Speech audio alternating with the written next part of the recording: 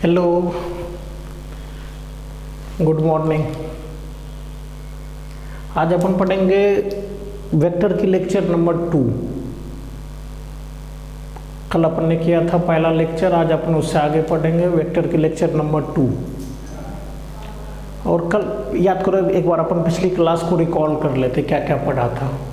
अपन ने देखा था वेक्टर किसको बोलते, स्केलर किसको बोलते हैं, एरिया वेक्टर क्वांटिटी है, करंट इलेक्ट्रिसिटी स्केलर क्वांटिटी है, और इस सब के रीजन पढ़े थे कि एरिया को अपने को फिजिक्स के अंदर क्या मानने हैं, वेक्टर क्वांटिटी। करंट को क्या मानने हैं, स्केलर। एक नया वर्ड बताए थे आपको, एक नया वर्ड बताया था आपको, टेंसर।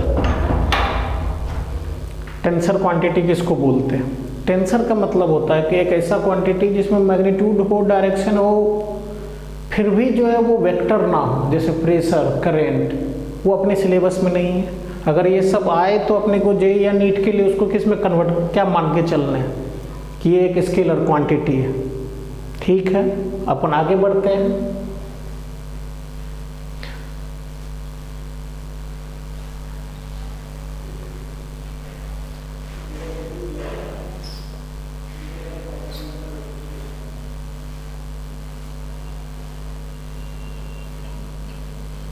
चलो अपन एक स्टार्ट करते हैं।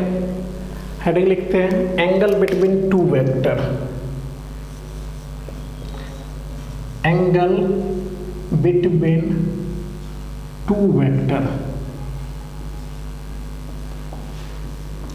वेक्टर्स। दो वेक्टर के बीच अपन एंगल कैसे देखेंगे, एक बार पिछली क्लास एक बार अपन रिपीट कर लेते हैं। याद करो, मैंने बोला था कि दो वेक्टर को कैसे दिखाते हैं। मतलब अगर दो वेक्टर हमको दिखाना है तो दो एरो दिखाएंगे, और दो एरो दिखा करके हमको देखना है कि उसकी एंगल कैसे डिसाइड करें। तो जैसे मान लो एरो वेक्टर, वेक्टर को रिप्रेजेंट करते हैं अपन एरो से। जैसे इधर देखो, हम मान लेते हैं कि ये ए वेक्टर है, सही है, और यह है बी वेक्टर, और ये एंगल है थीटा, सही है। ये ए वेक्टर है, ये बी वेक्टर है। थीटा को बोला गया है, थीटा जो है ये कहलाता है एंगल बिटवीन टू वेक्टर, सही है। ये थीटा जो है ये एंगल बिटवीन टू वेक्टर। यहां तक तो बात सर अपने को समझ में आई। चलो एक क्वेश्चन और देखते हैं। हम मान लेते हैं कि ये ए वेक्टर है, ये बी वेक्टर है, और ये एंगल है 50 डिग्री की। ये दूसरा एग्जाम्पल है। अगर मैं पूछूं कि बताओ angle between A vector and B vector, इसको क्या लिखा जाएगा बताना। तो आप बता सकते हो angle between A vector and B vector कैसे लिखे, लिखने का तरीका आप बोलोगे। जैसे सबसे पहले तो आप लोग एक बार डिसाइड कर लो 1 मिनट में कि कितना एंगल है इसके बीच का। 50 डिग्री। क्या थीटा 50 डिग्री है? नहीं, गलत। सर दिख तो एक ही जैसा रहे ये दोनों। यहाँ पे आपने बोला ये थीटा है, यहाँ पे भी थीटा है, यहाँ थीटा 50 डिग्री का हो गया। अंतर क्या है दोनों क्वेश्चन में? अंतर है। याद करो, वेक्टर की ये कहलाते हेड, ये कहलाते टेल, ये कहलाते हेड, ये कहलाता टेल। यहाँ पे दोनों वेक्टर का टेल एक साथ है, और यहाँ पे नहीं, टेल एक साथ नहीं है। एक वेक्टर के हेड पे दूसरे की टेल है, तो ये और ये एक बात तो नहीं है। अगर हमको एंगल देखना है तो सबसे पहला काम होता है कि दोनों वेक्टर का टेल एक साथ करो। जैसे ऊपर में टेल एक साथ है, तो इसके भी टेल को एक साथ करने हैं। और टेल एक साथ कैसे कर सकते हैं अपन? टेल एक साथ कर सकते हैं इसको वेक्टर को शिफ्ट करके, समझे? तो हम अभी जो बेसिक बात है कि ये एंगल 50 तो नहीं है, ये बात अपने को क्लियर है, ये होगा 130, अभी निकाल के बताएंगे। तो सबसे पहले क्या है कि लिखते चलते अपन साथ में, four find angle between two vector, angle between two vector, two vectors, then their tail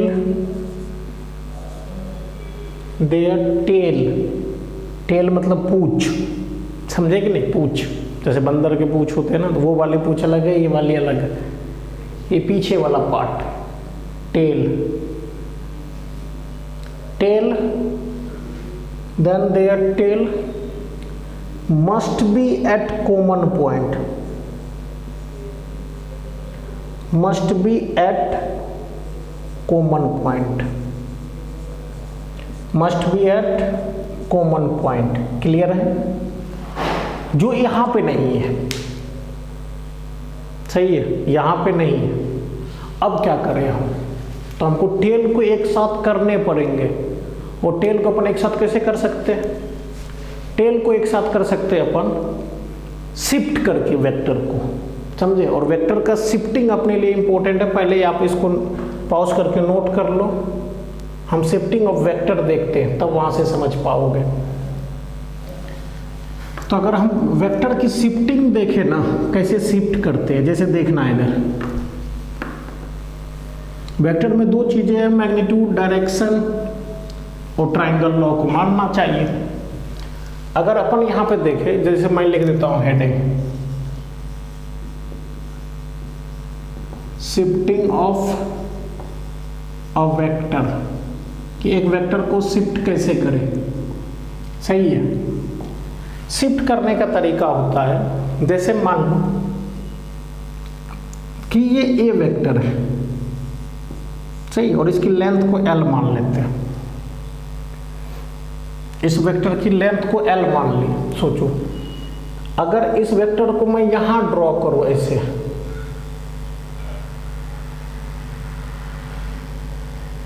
तो ये भी A वेक्टर होगा, लेंथ L ही रखो। ये कैसे हो गया सर, होते हैं, देखना, ये वेक्टर और ये वेक्टर तो दिखा एक ही डायरेक्शन को रहा है, सही है, और इसकी लेंथ भी इक्वल है, मतलब क्या सेम है, मैग्नीट्यूड। अगर लेंथ इक्वल है तो इसका मतलब उसकी मैग्नीट्यूड क्या है, इक्वल, समझे। अगर मैग्नीट्यूड इक्वल है और कर सकते, देखो चलो इस वेक्टर को थोड़ा सा पैरेलली नीचे लेके चले जाते हैं, और यहां पे देखो तो अभी भी ये ए वेक्टर ही कहलाएगा, क्योंकि लेंथ इसकी कितना है, एल, सही है। चाहो तो हम यहां पे भी, ये ए वेक्टर है और लेंथ इसकी भी एल है। देखो हो क्या रहा है, जितना मैंने टेल को आगे किया, ऊपर किया, उतना हेड को ऊपर किया, फिर यहाँ पहुंचेंगे, यहाँ से फिर आगे हेड को बढ़ाए तो उतना टेल भी पीछे गया। इसको बोलते हैं अपन पैरेलल शिफ्ट। एक स्टेटमेंट है लिखा हुआ, स्टार बना के अपने को लिखने, कि अगर if a vector is shifted parallelly, parallel shift का मतलब जितना अपन ने हेड को आगे किया, मान लो अगर हेड को मैंने 10 सेंटीमीटर आगे किया तो टेल भी कितना सेंटीमीटर गया, 10। अगर दोनों को सेम शिफ्ट करते एक ही डायरेक्शन में तो इसका मतलब वेक्टर पैरेलल शिफ्ट हुआ। और ये पैरेलल शिफ्ट में vector does not change, vector कभी चेंज नहीं होंगे। तो बोला जाता है कि if a vector is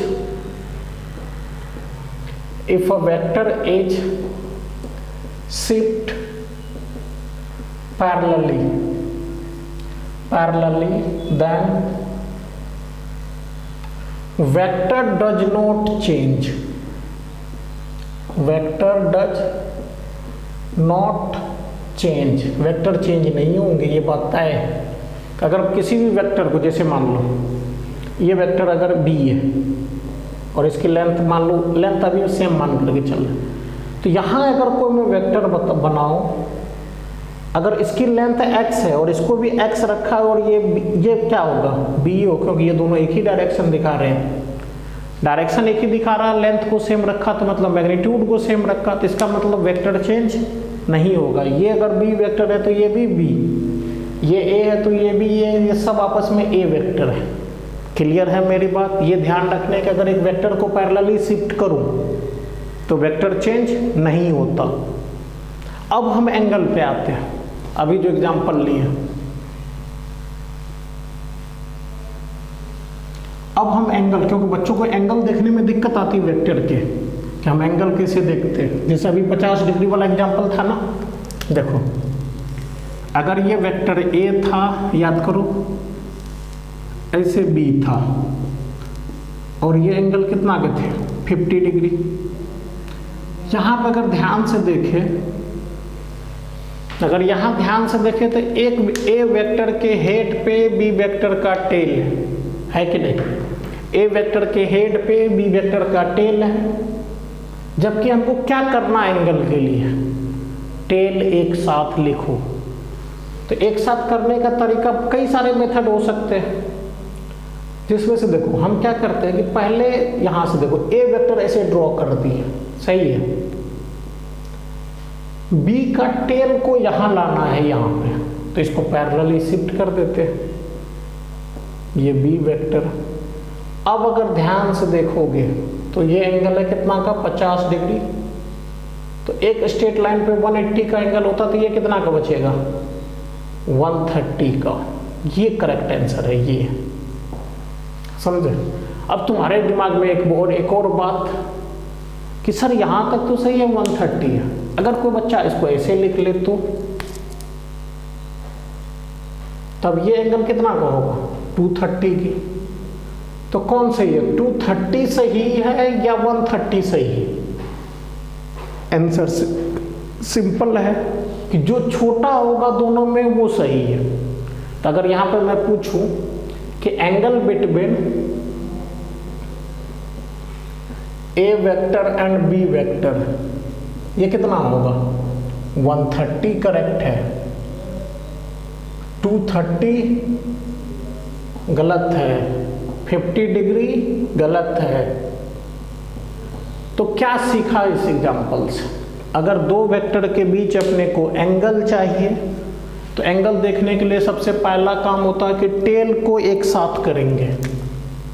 tell एक साथ करने के बाद जो छोटा एंगल होगा, क्लॉकवाइज चलो एंटी क्लॉकवाइज चलो, जो छोटा एंगल होगा दोनों में वो अपना काम का है। तो मैं लिख देता है कि करके पॉइंट करके, for angle between two vector, for angle between two vector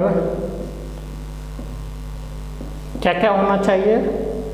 tell must be at common point, एक ही पॉइंट पे होना चाहिए। कॉमन पॉइंट का मतलब ये है एक ही जगह, must be at common point, and the smallest angle, the smallest दोनों में जो छोटा होगा, द स्मॉलेस्ट एंगल लिख देता हूं मैं, आइदर क्लॉकवाइज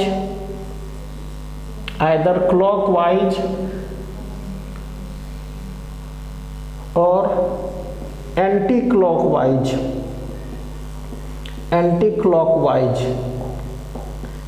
इज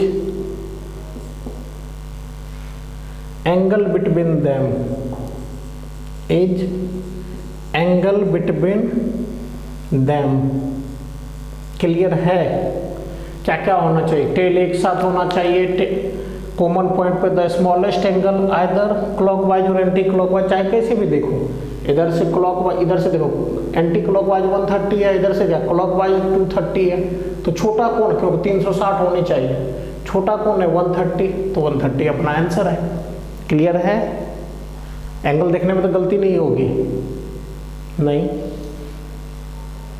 नहीं होनी चाहिए एकदम। मैंने सब कुछ क्लियर लिखा, टेल एक साथ देखने 50 डिग्री कोई बच्चा अगर बताता है तो गलत है, 130 डिग्री सही है। इसको हटाते हैं, एक दो क्वेश्चन देखते हैं एग्जाम्पल करके, आप मुझे सोच करके बताओ कि क्या है। इन दोनों के बीच का एंगल, और एक दो स्टेटमेंट।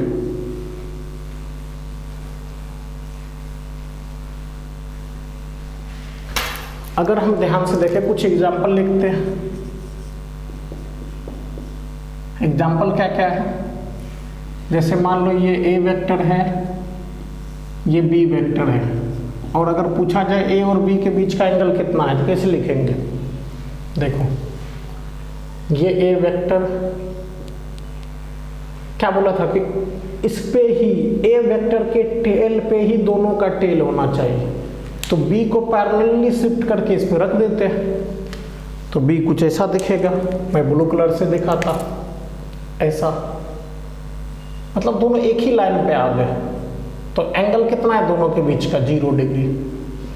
सही है। और एग्जाम्पल देख लेते हैं।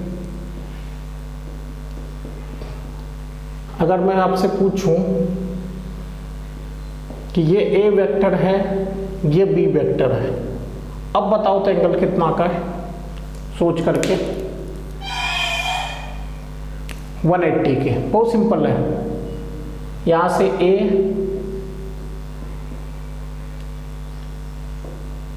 यहां से बी।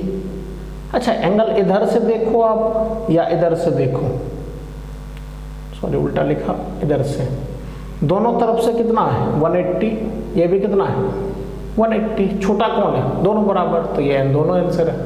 इस क्वेश्चन के लिए थीटा कितना है 180 डिग्री। और देख लेते हैं एग्जाम्पल 4th में,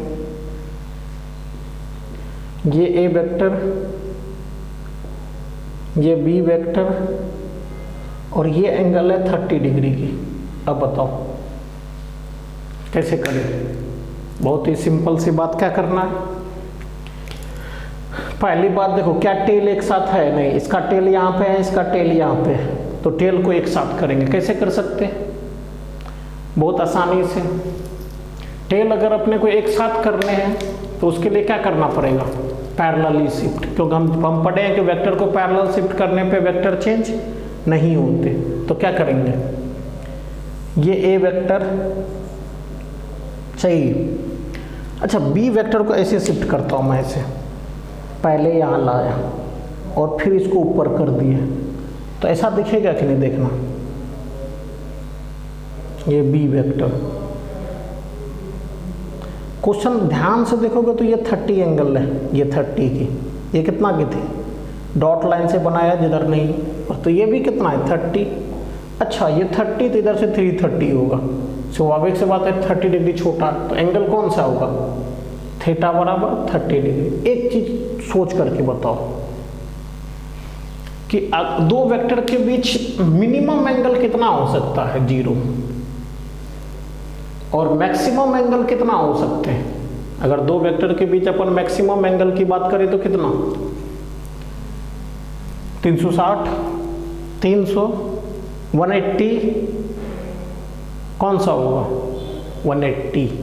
मैक्सिमम की बात बोल रहा हूं मैं, सोचना थोड़ा कि अगर ये ए वेक्टर है और किसी बंदे ने बी वेक्टर को ऐसे बनाया, ऐसे, वो बोल रहा है कि चलो इधर से हम 182 डिग्री है, तो इधर से कितना रहा होगा, इधर से रहा होगा 178 डिग्री। अब छोटा ये है तो ये हो जाएगा, क्योंकि 180 में एक लाइन आता है, थोड़ा नीचे झुकाओगे तो नीचे वाला आंसर, ऊपर झुका दोगे तो ऊपर वाला आंसर। तो क्या स्टेटमेंट है, बुक पढ़ोगे तो बुक में ये लिखा हुआ मिलेगा, the maximum angle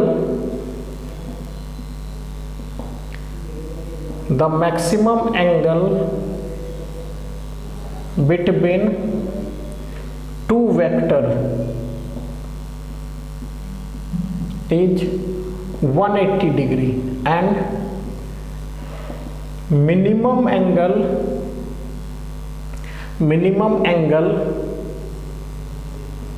between them is 0 degree. ये दोनों पॉइंट याद रख लो। मैक्सिमम कितना 180 का और मिनिमम कितना का 0 डिग्री का। तो angle between two vector clear है कि दो वेक्टर के बीच अगर एंगल देखना है टेल को एक साथ रखेंगे, दूसरा आगे। अगर उससे आगे की बात करें अपन तो क्या बोल सकते हैं कि टेल एक साथ रखेंगे। अगर नहीं हो टेल एक साथ तो क्या करेंगे, वेक्टर को पैरेलली शिफ्ट करेंगे। पैरेलली शिफ्ट करके दोनों कोशिश करेंगे कि दोनों की टेल एक साथ आ जाए। जब टेल एक साथ आ जाएगा तो जो मिनिमम एंगल होगा उन दो वेक्टर के बीच, चाहे क्लॉकवाइज हो चाहे एंटी क्लॉकवाइज हो, वो अपना आंसर है। क्लियर है? दो वेक्टर के बीच मैक्सिमम एंगल कितना का, 180 का, और मिनिमम एंगल कितना का, 0 डिग्री का। क्लियर है? आगे बढ़े। चलो थोड़ा सा अपन मैग्नीट्यूड पे बात कर लेते हैं, क्योंकि मैग्नीट्यूड एक एक करके पढ़ेंगे एकदम जीरो लेवल से। ये मान के चलो कि आपको मैं 7th क्लास से बेसिक पढ़ा रहा हूँ और सबसे डिफिकल्ट जाएंगे जे एडवांस तक के लेवल पे, उस लेवल के भी क्वेश्चन करेंगे। देखना इधर हेडिंग लिख लो आप, मैग्नीट्यूड ऑफ ए वेक्टर। याद करो पिछली क्लास में जो लेक्चर नंबर 1 है वो देखो। पिछली क्लास में हमने बोला था कि अगर एक वेक्टर को अपन ऐसे एरो से दिखाते हैं और ये लेंथ थी और ये L जो लेंथ था ये किसको रिप्रेजेंट करता था, मैग्नीट्यूड को, मैग्नीट्यूड को। सही है? L जो है मैग्नीट्यूड देता है। अगर 5 न्यूटन के लिए मैंने 1 सेंटीमीटर का वेक्टर बनाया तो 10 न्यूटन के लिए हमको 2 सेंटीमीटर के वेक्टर बनाने पड़ेंगे, 15 न्यूटन के लिए 3 सेंटीमीटर के वेक्टर बनाने पड़ेंगे। तो लेंथ किसको दिखाता, मैग्नीट्यूड को। अब यहाँ पे एक बात है कि सर मैग्नीट्यूड नेगेटिव हो सकते क्या? नहीं। आप बेसिक सोचो, क्या मैं अगर किसी वेक्टर की, मान लो मैं अगर पूछूं क्या कि ये मार्कर की लेंथ कितना है, आप ये बात बोल सकते हो कि -10 मीटर या -10 सेंटीमीटर। नहीं, लेंथ कभी नेगेटिव नहीं होते, वेक्टर की मैग्नीट्यूड कभी नेगेटिव नहीं होता। मैं लिखता हूं, magnitude of A vector is can never be negative, can never be negative. सही है? दूसरा, अगर इसकी नाम देता हूं magnitude, magnitude is represented as, represented as, ऐसे देखो 2 ऐसे डंडा लिखेंगे और उसके अंदर ए को लिखेंगे कि अगर ए वेक्टर के ऐसे क्या करो, ऐसे 2 डंडा लगाए, इसके बीच में ए लिखे। या और एक तरीका होता है कि आप सिर्फ ए लिख दो, ये भी अच्छा है। और इसको पढ़ने का तरीका ऐसे होता है, अगर मोड ए वेक्टर, इसको पढ़ा ऐसे जाता है, इस सिंबल का मतलब होता है मोड, मोड ए वेक्टर। सही है? यही बताता है क्या, मैग्नीट्यूड।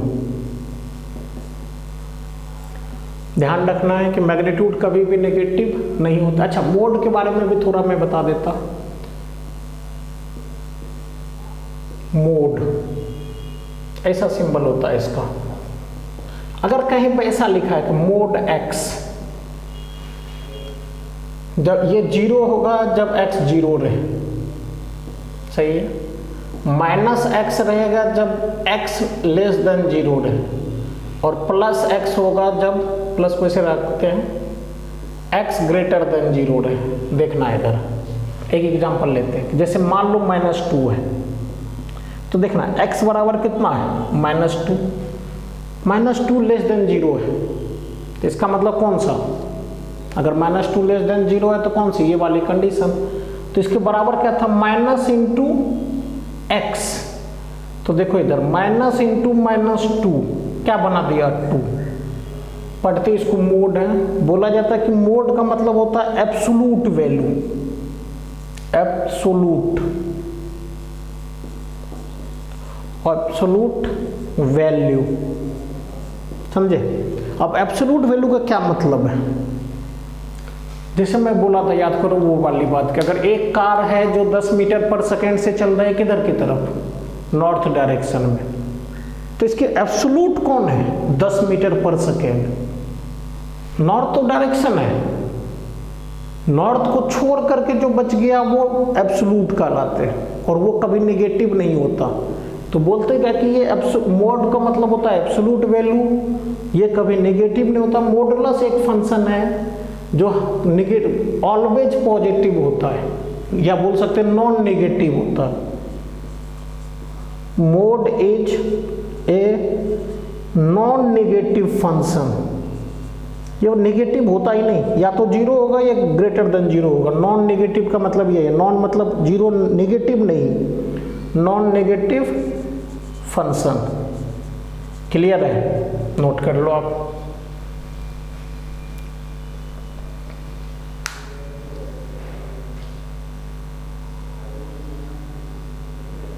नॉन नेगेटिव फंक्शन हटाऊं, चलो मॉडुलस पढ़ा अपन ने, एंगल बिटवीन टू वेक्टर पढ़ाया है। मैग्नीट्यूड कभी भी नेगेटिव नहीं होते, वेक्टर क्वांटिटी का नेगेटिव पॉजिटिव होना कुछ अलग चीज दिखाएगा, यहाँ पे हम नहीं उसको मिक्स कर सकते। वेक्टर की मैग्नीट्यूड हमेशा एक पॉजिटिव नंबर होगी, नेगेटिव हो ही नहीं सकते, वो जीरो हो सकता है और पॉजिटिव हो सकते, नेगेटिव नहीं हो सकता। अब यहाँ पे हम क्या करेंगे ना, कुछ कुछ टर्म्स है जिसको पढ़ने वाले हैं। हेडिंग लिख लेते हैं टाइप्स ऑफ वेक्टर। बहुत तरह के वेक्टर इसमें पढ़ेंगे और सबको डिटेल में, जिसकी जितना जरूरत है उतना पढ़ेंगे। तो अपन हेडिंग लिखते हैं क्या, टाइप्स ऑफ वेक्टर। एक एक करके नंबरिंग करते चलते अपन। टाइप्स ऑफ वेक्टर, सबसे पहला वेक्टर जो सबसे आसान है, नल वेक्टर। बहुत ज्यादा यूज नहीं है, बहुत कम। नल वेक्टर सही है, और इसको ऐसे लिखते हैं, जीरो के ऊपर ये ऐसे लगा दो एरो, नल वेक्टर। अब ये बहुत ज्यादा यूज का चीज नहीं है, नल वेक्टर कभी कभार आएंगे अपने को समझने के लिए। नल वेक्टर देखो बहुत सिंपल सी बात है कि अगर मैं मान लो कि एक कार है जो रेस्ट में, सही, कार रेस्ट में, अगर मैं पूछूं कि कार की स्पीड बताओ तो आप क्या बोलोगे, जीरो। अगर कोई क्वांटिटी मान लो, जैसे मैं यहाँ रेस्ट में, तो मेरी स्पीड कितनी है, जीरो। अगर इसी चीज को मैं पूछूं कि कार की वेलोसिटी बताओ, कि मान लो एक पार्टिकल है जो रेस्ट में है, तो कार की वेलोसिटी कितना, फिर आप बोलोगे जीरो। बट अच्छी खराब बात क्या है कि जीरो वेक्टर है या स्केलर है, स्केलर। अब हमको वेलोसिटी तो वेक्टर है, तो वेक्टर बताने पड़ेंगे, उसके लिए आया है नल वेक्टर। समझ में आई सिचुएशन कैसी। अगर एक ऐसा वेक्टर जिसकी वैल्यू, वेक्टर क्वांटिटी जिसकी एब्सोल्यूट वैल्यू जीरो है, बट वेक्टर में डायरेक्शन तो होते नहीं, तो इसके लिए हमको वेक्टर के फॉर्म में नल वेक्टर पढ़ने पड़ते हैं।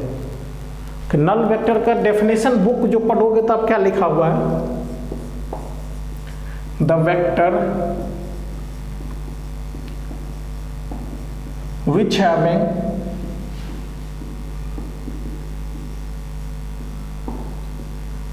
जीरो मैग्नीट्यूड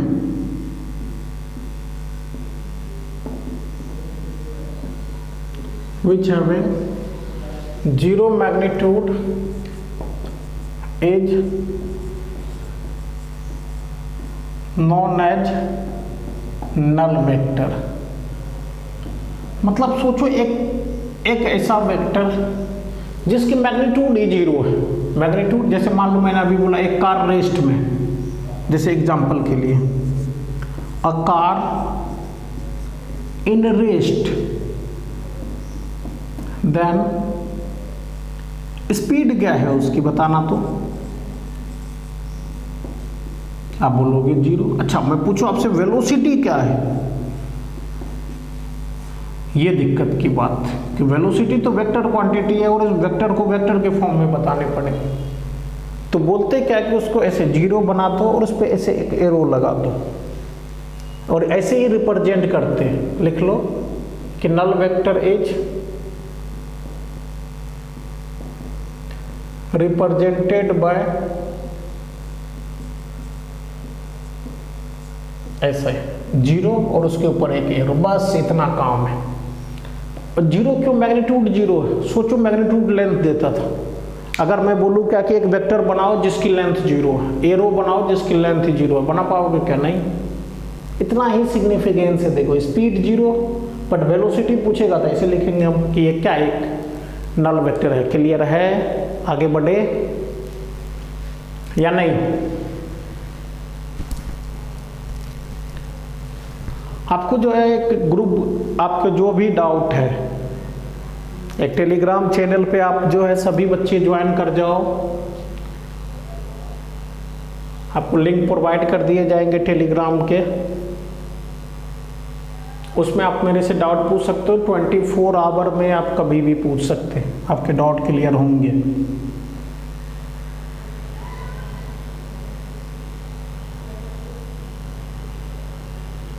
टेलीग्राम चैनल पे बहुत सारे बच्चे ज्वाइन कर सकते हैं।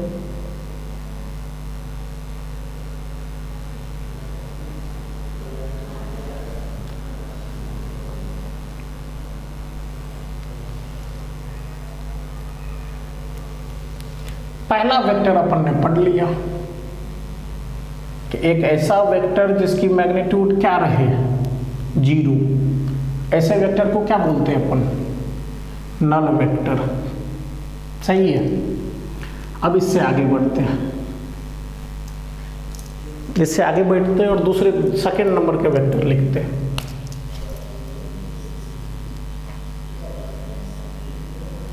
सेकंड वेक्टर है parallel vector, important parallel vector. सही है। पहले तो मैं आपको बुक की लैंग्वेज लिखवा देता, फिर अपन पढ़ेंगे क्यों पढ़े पैरेलल वेक्टर, क्या जरूरत पड़ी। सही है। देखो दो वेक्टर को पैरेलल तब बोलते हैं जब उसके बीच का एंगल रहे 0 डिग्री। समझना। अगर मैं बोलूं क्या कि ये ए वेक्टर है, सही है, और ऐसे है बी वेक्टर, इसके बीच का एंगल कितना है सोच के देखो तो।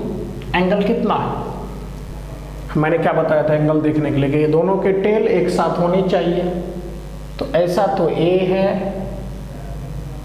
फिर एग्जैक्टली इसी के ऊपर ऐसे बी है, ऐसे है बी। सही है। तो दोनों के बीच का एंगल कितना अभी देखे थे, अभी एग्जांपल थीटा कितना का था 0 डिग्री। सही है। तो हम बोल सकते हैं कि ए वेक्टर जो है पैरेलल है बी वेक्टर के, और बुक में यही डेफिनेशन लिखे गए हैं कि ए वेक्टर पैरेलल है किसके? बी वेक्टर के। कोई दिक्कत? बोलो कोई दिक्कत है? डेफिनेशन जो बुक में लिखा वो मैं नोट करवा देता। बुक में क्या लिखे हैं? If the angle between two vector is 0 degree, then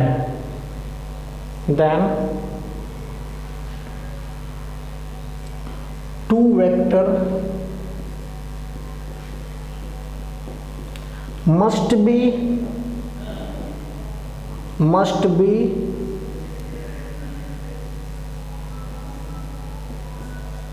parallel to each other या known as parallel vector,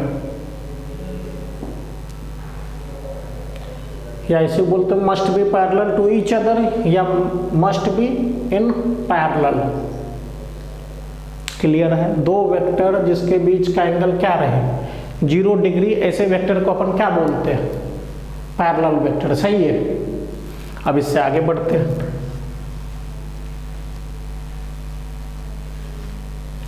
अब यहां पे आपके मन में एक क्वेश्चन आना चाहिए कि मुझे सर ये बताओ,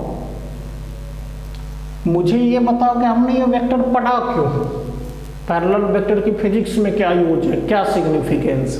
एक एग्जांपल मान लेते हैं अपन, इधर नॉर्थ डायरेक्शन है, इस डायरेक्शन को मैंने बोला है कि नॉर्थ है। हाँ, आपके तरफ अलग अलग होंगे, जैसे मान लो आप अभी कहाँ बैठ करके वीडियो देख रहे हैं तो हो सकता है नॉर्थ कहीं अलग डायरेक्शन, मेरे लिए ये नॉर्थ है। एक चीज बताना, देखो ये वेक्टर ए है, मैं अगर आपसे पूछूं कि बताओ ए वेक्टर कौन सी डायरेक्शन को दिखाता, क्या बोलोगे आप? ए वेक्टर कौन सी डायरेक्शन को दिखा रहा है? नॉर्थ को, सही है।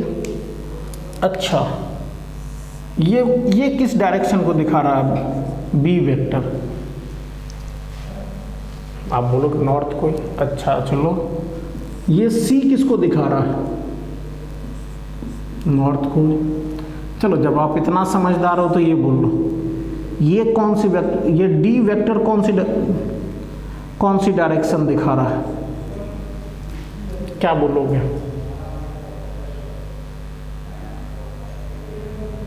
नॉर्थ तो नहीं है, बाकी कोई भी डायरेक्शन हो सकते हैं, ये नॉर्थ तो नहीं है, क्योंकि नॉर्थ ऐसा है, ऐसा है, नॉर्थ जो है ऐसे है, ये वाली डायरेक्शन नॉर्थ है, ये तो नहीं है, क्या? नहीं। ये अब एक चीज देखना, यहां पे हम देख रहे हैं कि ए वेक्टर पैरेलल है बी के, ये पैरेलल है सी के, बट ये पैरेलल नहीं है किसके? डी के।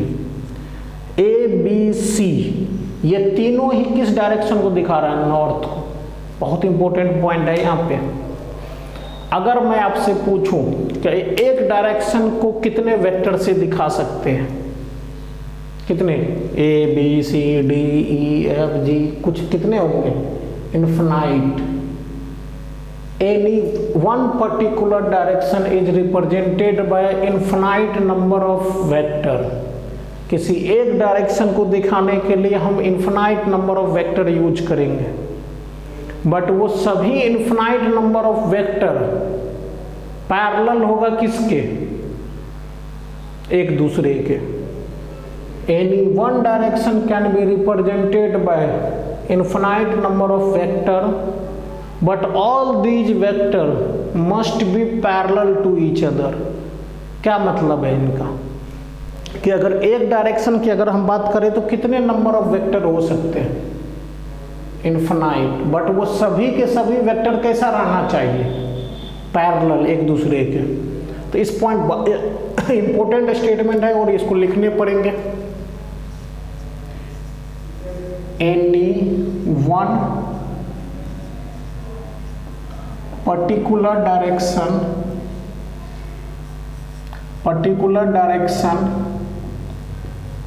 Can be represented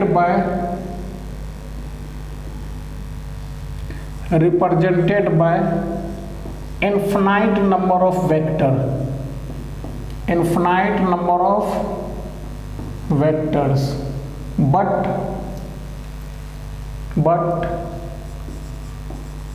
all these vector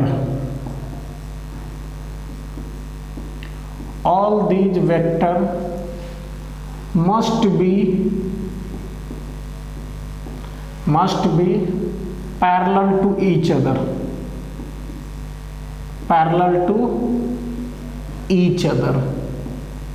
important point है। आप सारे डायग्राम ये सब बना लो, जो बोर्ड पे लिखे, छाप लो जल्दी में, कि एक पर्टिकुलर डायरेक्शन को कितने वेक्टर से हम से रिप्रेजेंट कर सकते हैं? इनफिनाइट। बट ये बात तय है कि वो सभी के सभी इनफिनाइट वेक्टर क्या होंगे? वो सभी के सभी इनफिनाइट वेक्टर क्या होंगे? एक दूसरे के पैरेलल। क्लियर है? आगे बढ़े, नोट कर लो, इंपॉर्टेंट पॉइंट है ये सब। वेक्टर आपका जितना अच्छा होगा आपकी फिजिक्स उतना अच्छा होगी। वेक्टर की समझ आपकी जितनी अच्छी होगी फिजिक्स उतना अच्छा होगी। तो ये कौन सा नंबर था? सेकेंड। अब अपन इससे आगे बढ़ते हैं, छाप लो। हाँ, छापने में तो बहुत मन लगता है अपने को, है कि नहीं? मैं लेकिन समझने पे ज़्यादा जोर लगाने, समझने पे अपने को ज़्यादा, जो आप चाहो तो स्क्रीनशॉट ले सकते हैं, बाद में आप लिख सकते हो उसको। नोटबुक जरूरी है, नोटबुक जरूरी होते हैं, और आपकी नोटबुक जो है सबसे बढ़िया बुक होगा, इस बात की गारंटी है कि आपका जो नोटबुक है वो सबसे बढ़िया बुक होते हैं। तो थोड़ा अच्छे से लिखने, सब कुछ संभाल करके रखने।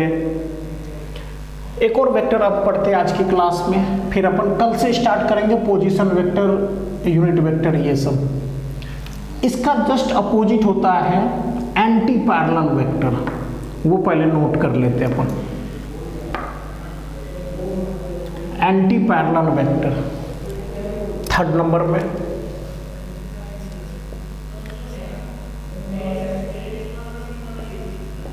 Anti parallel vector.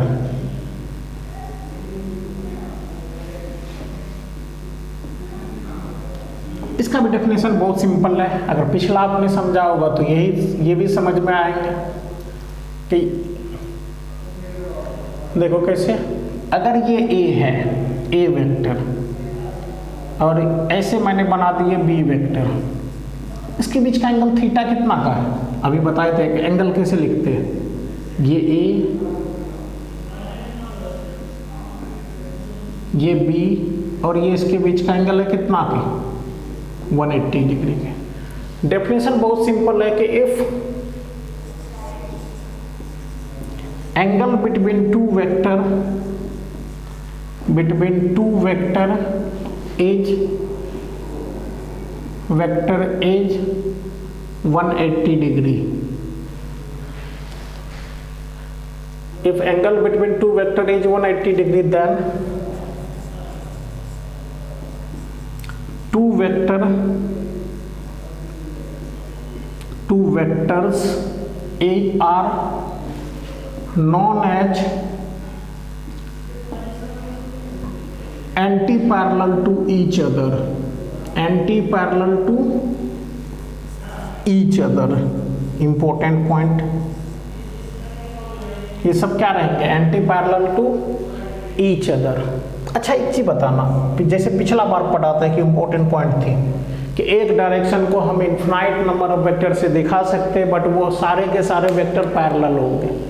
इसका एक आसान लैंग्वेज में क्या बोल सकते हैं कि all the parallel vector represent single direction. ये क्या होगी? यहां पर हम बोलेंगे anti parallel vector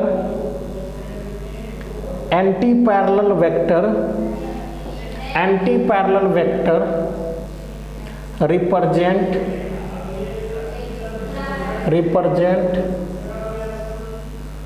opposite direction. यही तक अपनी बात को रखेंगे आज। आई होप कि आपको पूरा समझ में आए होंगे। थोड़ा सा भी डाउट है तो आप टेलीग्राम के ग्रुप पे आप मैसेज करके अपने डाउट पूछ सकते हो, कुछ भी डाउट है, और हो सके तो बाद में अपन लाइव क्लास भी स्टार्ट करेंगे। आज के लिए बस इतना ही रखते हैं, कल अपन इससे आगे पढ़ेंगे। Bye, thank you.